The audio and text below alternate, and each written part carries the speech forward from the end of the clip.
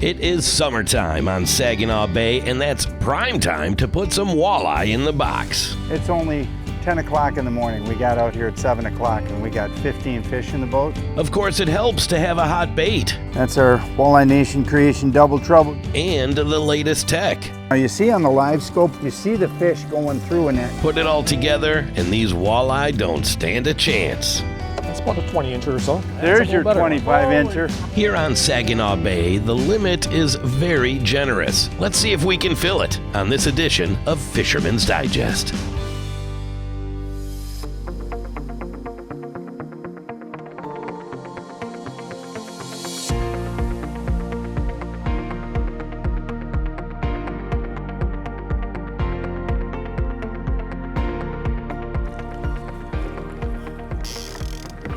Hang on, nice and easy.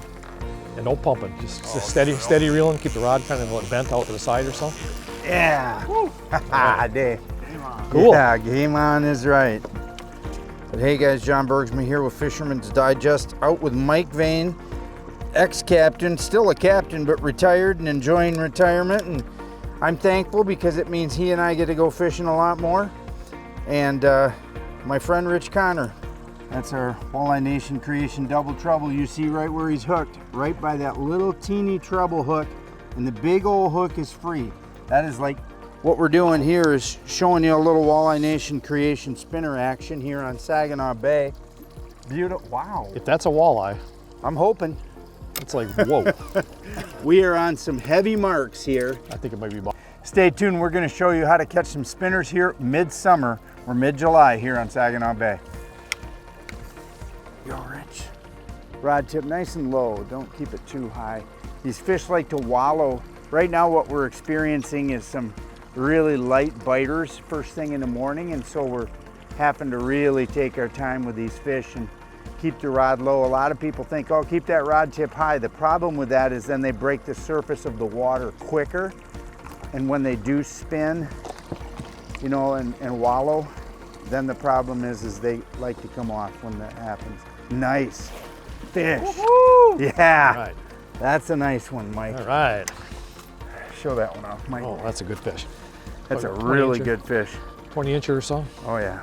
Look Popped at right that. off the hook too. We didn't have to unhook it. And that's the thing, and with these treble hooks, that doesn't happen all the time. Again, a double Usually treble. it never happens. Exactly, so that tells you the attitude of these fish is really negative, isn't it, Mike? Yeah, they're coming in there and they're just nipping at it, and they're not really hooking up solid. And that's what, 5th or 6th bite of the day, and it's only the 2nd fish. When they're- Now you see on the LiveScope when Mike puts that away, you see the fish going through, and it Oh, yeah, helps us definitely. know what depth these fish are at.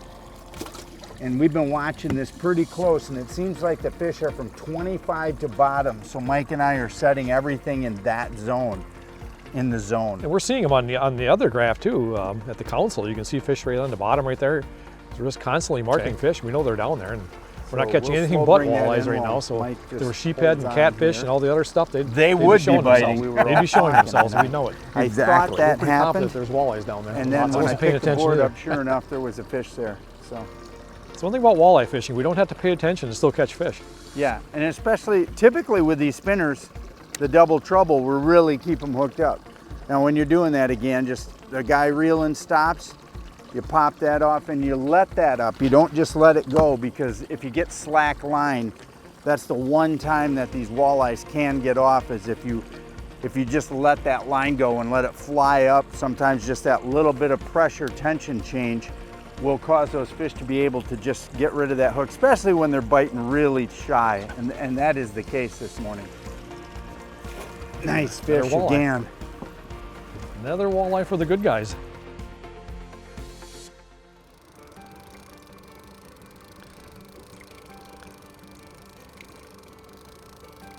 Oh yeah. Boom. Tournament net Another job. nice fish. I don't hesitate. Another nice one. Beautiful. Here at Saginaw Bay. Well, we only have a 13-inch size limit, which is about that long, and we can catch 8 of them. And so basically, it's about the most generous Yeah, catch and size keep. and number limit in anywhere in Michigan that I know of, Yeah, oh, and sure. anywhere in the state or in the region probably. So we can catch lots of fish. When you're dealing with a finicky bite, one of the most important things to understand is speed control is absolutely, probably at that point, right, Mike, the most critical thing. Speed control is critical because at this depth, if you speed up, then your lures are going to be coming up off the bottom and out of the zone where the fish are at. Exactly. So we've got our Garmin kicker autopilot, a Reactor 40 kicker autopilot going back there. That's giving us our base speed. What I mean by that is I've just got it in gear that gives me 1 mile an hour. Now I'm using the Kraken up front, not on autopilot, just pointing straight forward, and I'm fine tuning the speed by just giving it 1/10 per punch. So we're at 1314 right now. That's the depth, that's the speed that Mike over decades of guiding has determined he knows exactly where his 3-ounce bottom bouncers are. And we were using 3-ounce bottom bouncers on the boards all the way to the rod holder flatlines. All of it has 3-ounce bouncers on and double trouble spinners. And he knows that at 1.4 miles an hour, about 2 to 1. And we're hooked up again. Yeah, we're hooked up again. If you let out 25 feet of line on a 3-ounce bouncer at 1.4, it's gonna go down 12 feet. If you let out 50 feet, it's gonna go down 25. And that precision of speed is able to be done because we've got the autopilot going in the back that gives us perfect boat control. You notice none of us are paying any attention at all to steering.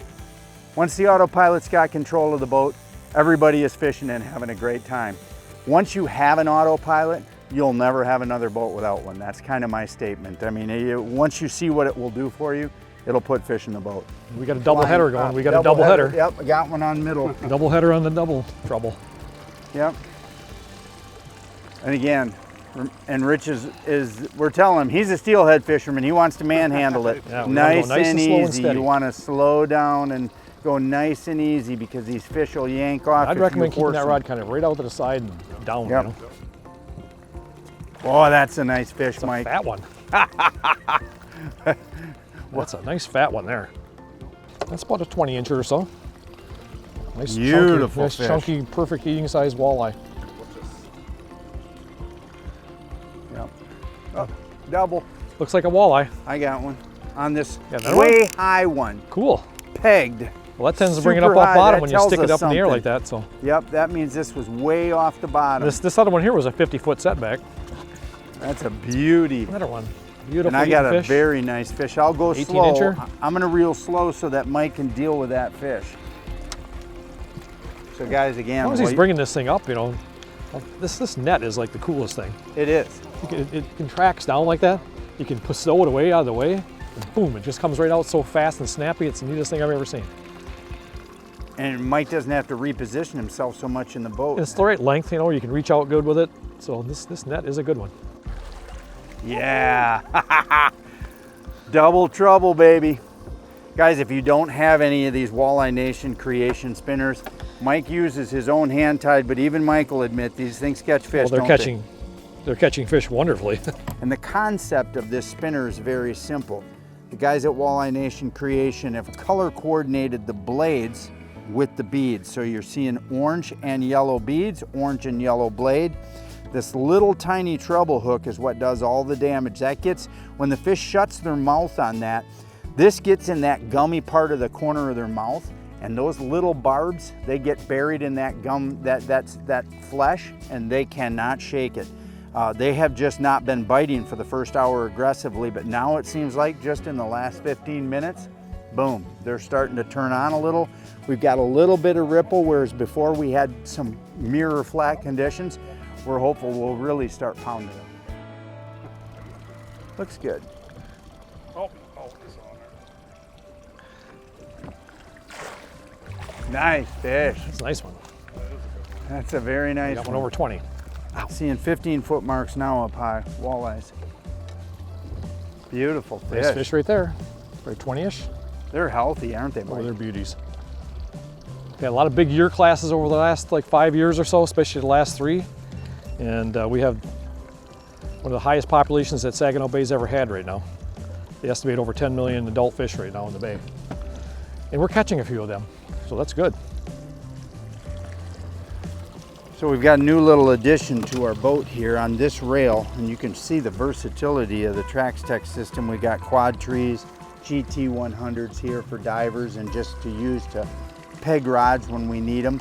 But what we've added is this little cradle for my LiveScope pole. This is my LiveScope pole. I run a portable LiveScope unit off the back because I really like to not drain the battery of the boat. So the ice fishing unit, which a lot of people have anyway, saves me from having to buy another LiveScope unit. I just plug this right in, put it on my Trax pole, and I can not only see where the fish are at, like right now there's a couple fish tight to the bottom. You see them going through because we're trolling, and you see them right there. And that helps me know what zone these fish are active at. But this pole, along with the cradle, when we're up, we just pop that, we pull the pole out. Now we have a running cradle, which was always a big problem with a lot of manufacturers. They didn't have a viable way to really store that pole securely, because a lot of times you're running hard and fast. Tournament fishermen are really doing it. So Trax has got this new cradle they designed that holds that pole firm when you're transporting it. Look at these fish coming through on this LiveScope. You can see them right there. If you just stay locked in on it, boy, they're coming through thick. And it helps me know we're running system fishing right now. So system fishing is Mike is got us running varying leads, trying to stay in that bottom 5 feet of the water column, anywhere from dead on the bottom to up 3, 4, 5 feet. And all we do is let 2 or 3 more extra feet of line out on his 3-ounce bottom bouncer system. So we've got him out, you know, some rods 50 feet, some rods 55 feet, some rods 60 feet. And of course the ones right here in the GT100s, we have those out 65 to 70 feet. And the best way to check a bouncer when you've got him in the rod holder is just hold it firm and drop the rod. Oh, there's bottom right there. So I know I'm on the bottom. And that's just really helpful. And you know, your speed doesn't change. You keep a constant speed, and that helps you catch more fish. And I can bring him right to Mike. Mike is an accomplished netter. He's probably netted more walleye than any man I know. This is a very nice fish. The nicer fish are We are tangled there, so be careful. I think we're okay though with the tangle. Nothing near a prop. There you go. Oh yeah, that's extra fat. The fish of the day.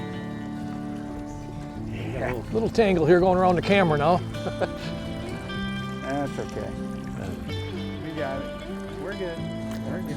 That's a nice fat one there. That's a fat one. That's what I said. That fish was a good one.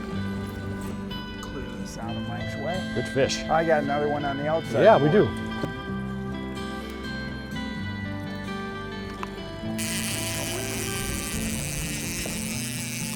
Oh, it is a bigger fish. It's a big fish. Yeah, that's a nice one. Oh, Rich. Yeah. There's your 25 incher. Yeah, oh yeah. Wow. Yeah. That's a fat one too. That is a good fish, boys.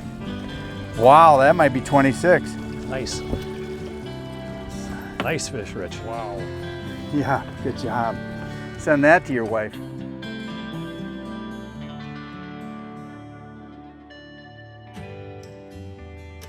Combo. So this is a pretty cool little neat deal we've had for years. Guys love it. We can slide it right on the track, tighten it up down inside there. Just has our beverage holder. That's one of our vertical beverage holders that goes in the side that comes with this assembly. And our top plate that's machined holds our pliers. We hang our baits on here, holds our screwdrivers. We take one of the front holes, hook our fish towel for wiping our hands off right inside here. And it just really helps keep the boat cleaned up really nice and neat. So this is the application of what our TH100 combo will do for you. Just helps clean the boat up. Whoa, another awesome one. I'm gonna hold that up right in front of the camera and get a shot of that blade. Mike will show you that blade. That's that orange one. That's been hot today. That's caught a lot of fish. That worm is actually still usable. Usable, maybe not, but We'll have to Mike's readjust it a more little bit. conservative than me. I'll readjust it a little bit. Actually, when they get chewed on by another fish, Yeah, I actually think he's they right do on like that. that better. So guys, if you're accessing the Walleye Nation Creation products are at most major bait stores. Here in the Saginaw area, they've got them. I know Frank's has got a really good supply of them. The best way I found to get the product is just to go online at walleyenationcreation.com and then you can order right from the factory, and they've got good supply right online. But that's the Double Trouble spinner harness by Walleye Nation. That's why I say Rich is doing it right, just super patient. You don't want to horse them when they get crazy at the boat. A little closer, a little closer. Good enough. Beautiful fish off in the net. And that's exactly why, right there, why you don't horse them, and he did a great job. Right here you go. Look at them. The size, Mike, is fantastic for eating. Kind of a gold color with silver and black polka dots, silver on the back. They fall for it every time. This one did. Yeah. No, I'm telling you, when you get them on the flatland, they don't seem big until you start reeling them in. Then you go, whoa, this fish is, yeah. So hey guys, while Rich and Mike reset this rod, the Skeeter 22WX is a fantastic platform for fishing. As you can see, it's got a big spacious bow. That's Brett's home up there. But if you're into casting or jigging, forward-facing LiveScope, which we have on that Garmin Kraken, there's plenty of room for 3 guys up there. And of course, back here, we just pop our 2 seats out. We give one to Brett, we leave one in the car, and now you've got a whole wide open area here if you're into trolling. I like to do both, but I prefer trolling a little bit better, but I really love the fact that they got this rubberized floor. When you're in a boat a lot like I am, you know, just those little amenities are great. A wash down system, a great big live well in the back, and then 2 great big storage compartments and plenty of room for a full Traxtex rod holder system on the side. This is only a 5-foot rail. You could get a 6-foot rail, so you could add even more accessories like cup holders, but Skeeter comes with plenty of cup holders, and so we don't really need it. But if you're looking for a new boat, this 2200WX is an awesome, awesome boat to fish out of. Yeah, Michael. That's a nice Red one. Dog. Nice one.